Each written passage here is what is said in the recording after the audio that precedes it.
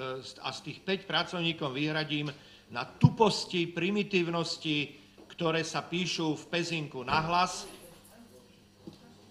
a kde je napísané, a kde by sme museli reagovať na každú lož a nezmysel a klamstvo a musel by som mať špeciálny úrad, alebo teda špeciálne oddelenie, ktoré by na to reagovalo, lebo ako môžete reagovať, keď vodári opravujú vodu a zrazu si prečítame, že všetci, že veď to malo, Stavoimpex to malo dosť v perfektnom stave kachličiek a natretého zabra, neviem čo, a tam vodári opravujú vodu, oni to, že a jak to odozdali, keď tam opravujú vodu? No tak ale jak ja môžem na to reagovať?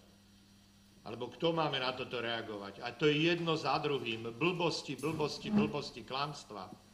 Zverejnia tam nejaký plánik Zámockého parku a žlté pozemky, ktoré všetci vieme, že žlté pozemky sú naše, tak napíšu, že to je v územnom pláne šport a rekreácia a proste ďalšie nezmysly. To som myslel, prepáčte, že som odbočil, ale nemám s tým problém.